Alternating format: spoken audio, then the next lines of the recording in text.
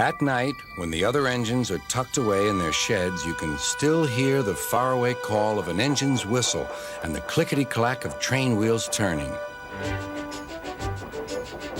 This is the sound of the mail train. One train is pulled by Thomas and the other by Percy, as the loads are too heavy for one engine to do the work alone. The mail is loaded into freight cars at the harbors, and the engines pull their trains through the silent stations, delivering their precious loads.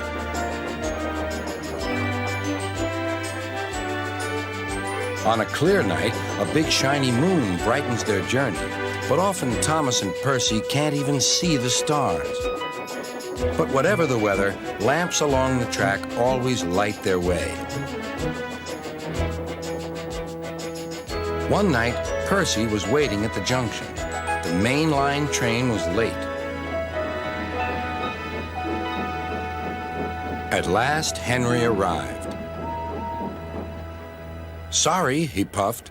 "The mail boat from the mainland was delayed." "Come on, Percy," said his driver. "Let's make up for lost time." Percy puffed along as quickly as he could, but the sun was already rising as he finished his work. Never mind, thought Percy. It's nice to be up and about when it's the start of a new day and there's no one else around. Percy was not alone for long. "Bother," said Percy. "It's that dizzy thing, Harold." "Good morning," whirred Harold. "I always said railways were out of date, but you're so slow with the mail.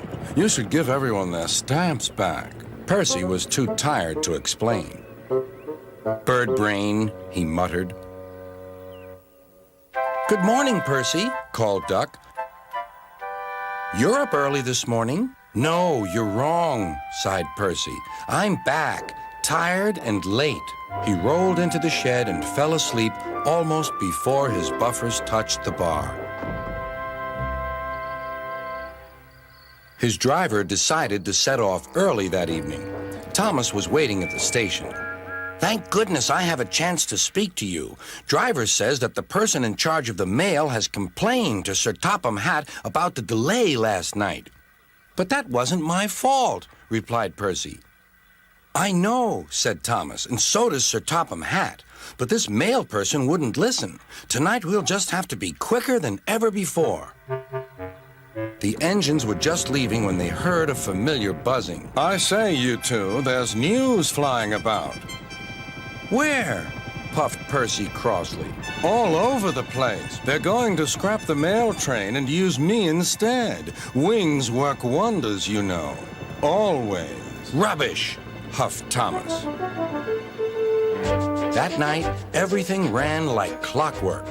Thomas and Percy steamed through the stations, making good time everywhere they went.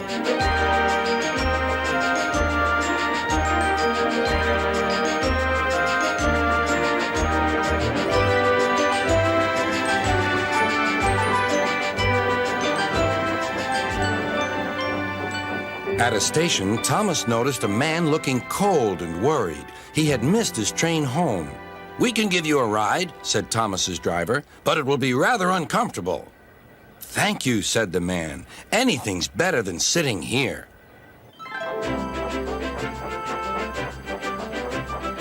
The next afternoon, Percy passed the airfield and saw Harold. "Hello, Lazy Wings. Are you too tired to fly today?"